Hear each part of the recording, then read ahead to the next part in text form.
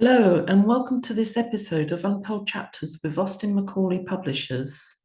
Today, we have an exclusive interview with Kevin Crump, author of The Quay, a light-hearted contemporary romance following the adventures of Ken Trickett and his eclectic group of chums in his hometown of Poulton. Stay tuned to hear about the inspiration behind the characters and news of more adventures to come. Hello, Kevin. Nice to meet you. So thank you for attending one of our Untold Chapters episodes. Would you like to explain a bit about yourself and the book, and then we can get underway? Okay, sure. Well, thanks for inviting me, firstly. So I'm I'm a local to Poole Town in Dorset. So it's not difficult to work out how I got from Poole Town to Poulton, which is the inspiration for my series of books. A lot of the names have been changed, but I think any local will spot some similarities to people and places that I write about. But that's actually quite intentional. It's a little light bulb moment here and there for people that go, "Oh, I know what he's talking about there." So local stuff. I had to quit work several months ago for medical reasons.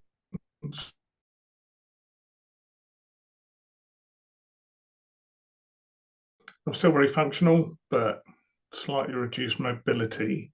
But it has meant that I've had a bit more time to dedicate to the writing. Had a varied career. I started out in stockbroking.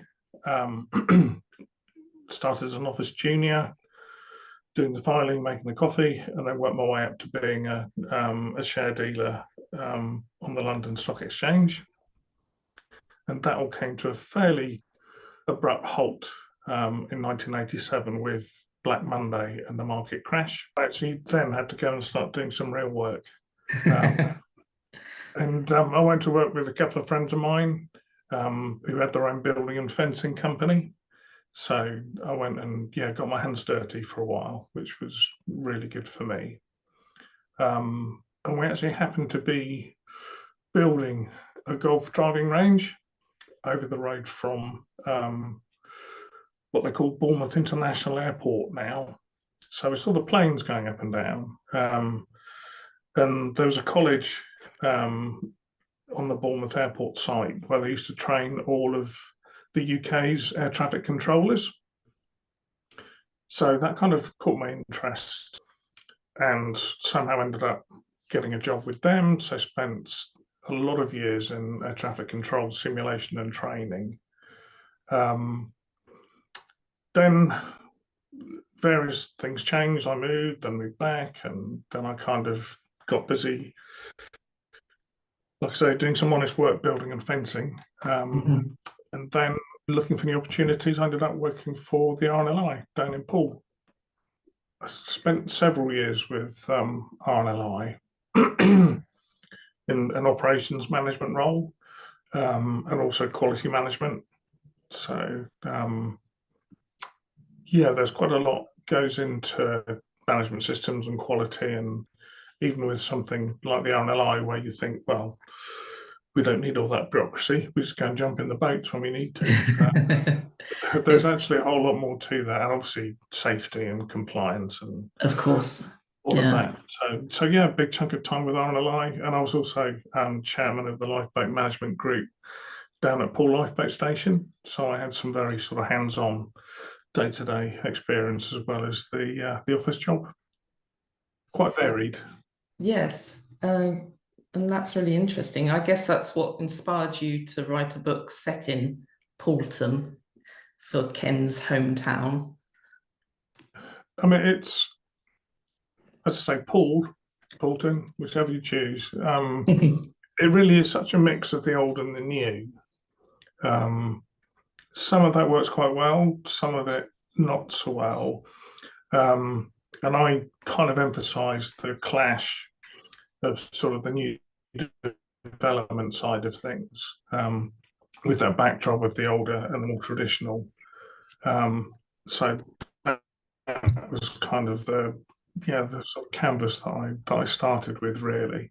And a lot of it was sort of born out of my love for the place as well. So it's really I think I may have said, it's kind of a fairly unashamed homage to Poole and Poole Town in all its olden glory. Yeah, nothing wrong with that. Do you have a favorite character other than our main hero Ken at all? Yeah, Ken's all right, but without hesitation, Bruno is my favorite. Okay. Um, he's kind of the gentleman chef who's also a dab hand at kind of dispatching people should he need to. Um, he's got a sort of an ex-military background, um, and he kind of brings that with him where needed. But he's also just an astonishing chef. Um, and yeah, he really was just too much fun to write. I had to kind of keep myself in check and Okay. not write too much of Bruno because Yeah. but he was just He- that much fun. So yeah, he's an interesting character, that's for sure. yeah, Did any of the characters surprise you during the writing process? Did their development change or deviate from your original plans at all? yeah, definitely. I think also Ken changed himself as the story wore on, but I think from what I originally sketched out character wise, was Angelique, Oh, Angelique okay. Sharp, Yeah. who, or Boat Bitch, as she's affectionately known here and there.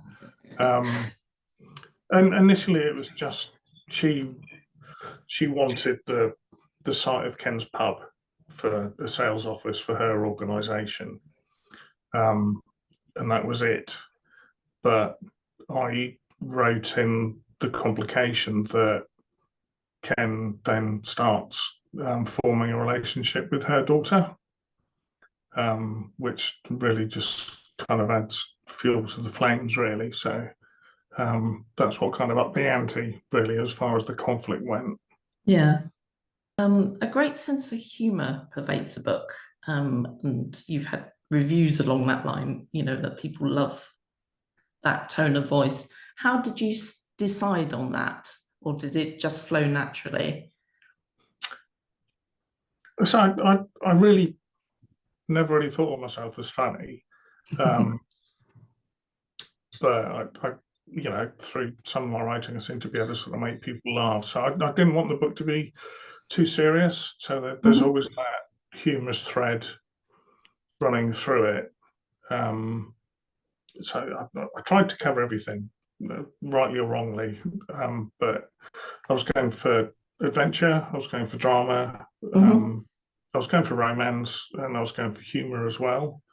Um, so it was really supposed to be fairly humorous throughout, but with the darker episode, Yeah. um, just to kind of center it all. So, and yeah, again, I did think if I wrote the jokes well, then the readers would like that and maybe excuse me some of the more shoddy writing that I did. And Not and at also, all. it gives the reader a bit of a break from the heavy stuff. So it's light and shade and all those things you know, that we're Yeah. aiming for anyway. Excellent. Oh, I think it works really well. And I know from the reviews you've had so far that people have responded positively. So I think it definitely works. Well, Um, thank you. I'm pleased to yeah. hear. What satisfaction do you get out of writing? I think it's I think it's creating something out of nothing. Okay. Um, because that's essentially what that creative process. You may have a bit of an idea or something that's been at the back of your mind for a while, and actually turning that into a few thousand words on the page.